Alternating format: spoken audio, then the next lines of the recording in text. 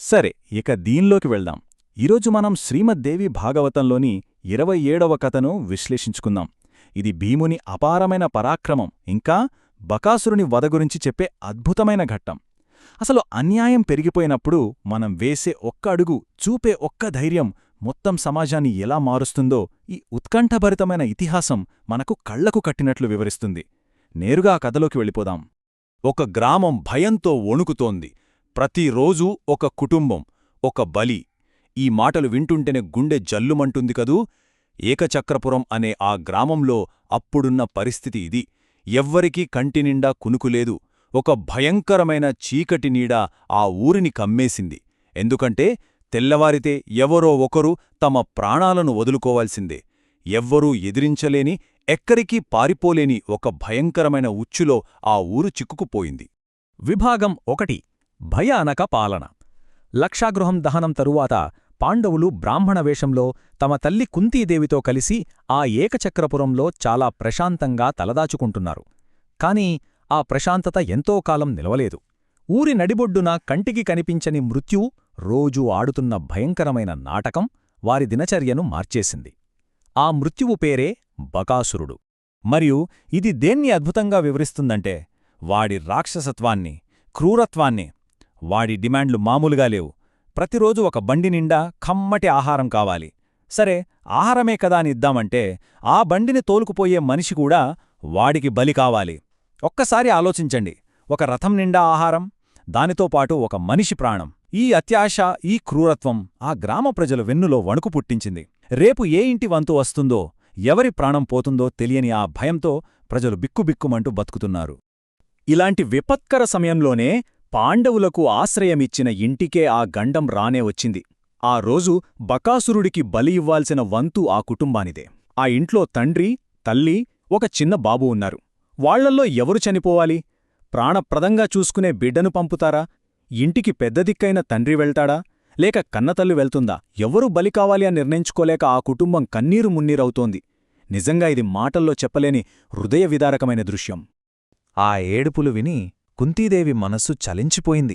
వాళ్ల బాధను చూసి ఆ కుటుంబానికి బదులుగా తన కొడుకు భీముణ్ణి పంపుతానని మాట ఇచ్చింది.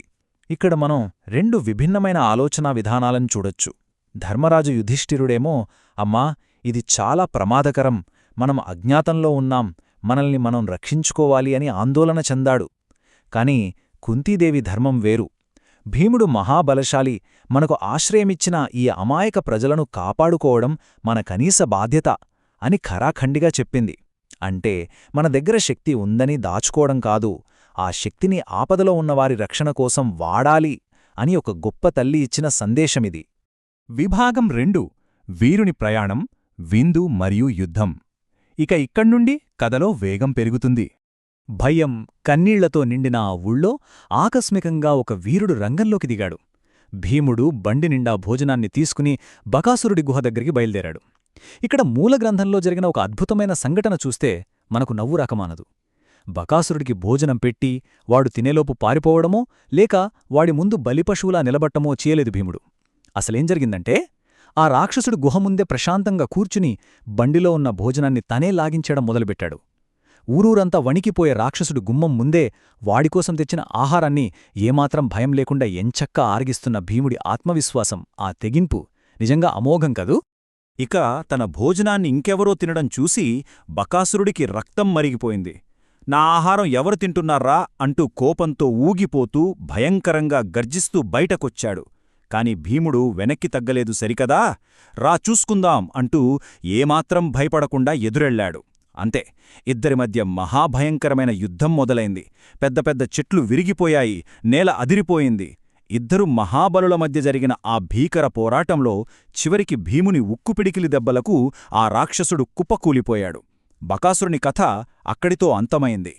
ఆ తరువాత ఆ రాక్షసుడి మృతదేహాన్ని తీసుకుని భీముడు గ్రామంలోకి అడుగుపెట్టాడు. అది చూసి గ్రామ ప్రజల కళ్లలో ఎంత ఆనందం, ఎంత ఆశ్చర్యం! ఏళ్ల తరబడి వారిని పీడించిన పీడకల శాశ్వతంగా ముగిసిపోయింది. ఏకచక్రపురం మళ్లీ స్వేచ్ఛగా ఊపిరి పీల్చుకుంది. కాని ఇక్కడ మనం మెచ్చుకోవాల్సిన మరో గొప్ప విషయం ఉంది. పాండవులు తమ అసలు గుర్తింపును ఎక్కడా బయటపెట్టలేదు. మేమే ఈ రాక్షసుణ్ణి చంపాము, మాకు సన్మానాలు చేయండి అని ఎలాంటి గుర్తింపు ఆశించకుండా మళ్లీ తమ సాధారణ గుప్త జీవనాన్ని అలాగే ప్రశాంతంగా కొనసాగించారు. విభాగం 3 అంతర్లీన అర్థాలు 6 జీవిత పాఠాలు. కాబట్టి ఇక్కడ అతి ముఖ్యమైన విషయం ఏమిటంటే, ఈ కథ కేవలం ఒక రాక్షసుడిని చంపిన యాక్షన్ ఘట్టం మాత్రమే కాదు. శ్రీమద్దేవి భాగవతం మనకు ఎన్నో లోతైన తాత్విక పాఠాలను బోధిస్తోంది. ఇందులో ప్రధానంగా 6 అద్భుతమైన సత్యాలున్నాయి. మొదటిది, ధైర్యం ఎప్పుడూ ఒకలితోనే మొదలవుతుంది. ఊరంతా భయపడినా భీముడు వేసిన ఆ ఒక్కడుగే కదా వారిని కాపాడింది.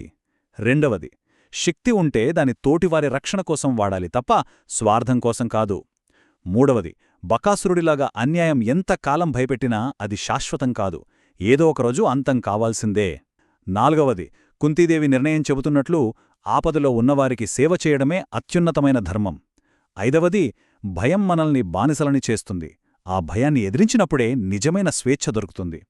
ఇక ఆఖరిది, కేవలం తనకోసం కాకుండా పక్కవారికోసం పోరాడేవాడే సమాజంలో నిజమైన వీరుడు. ముగించే ముందు ఈ విశేషమైన కథ ఆధారంగా ఒక ప్రశ్న మనల్ని మనం వేసుకుందాం. మన కళ్లముందు ఏదైనా అన్యాయం జరుగుతున్నప్పుడు ఆ గ్రామ ప్రజల్లాగా ఏమీ చెయ్యలేక మౌనంగా భయంతో ఉందామా, లేక ఆ భయాన్ని పక్కనపెట్టి మార్పుకు శ్రీకారం చుడదామా? ఆలోచించండి.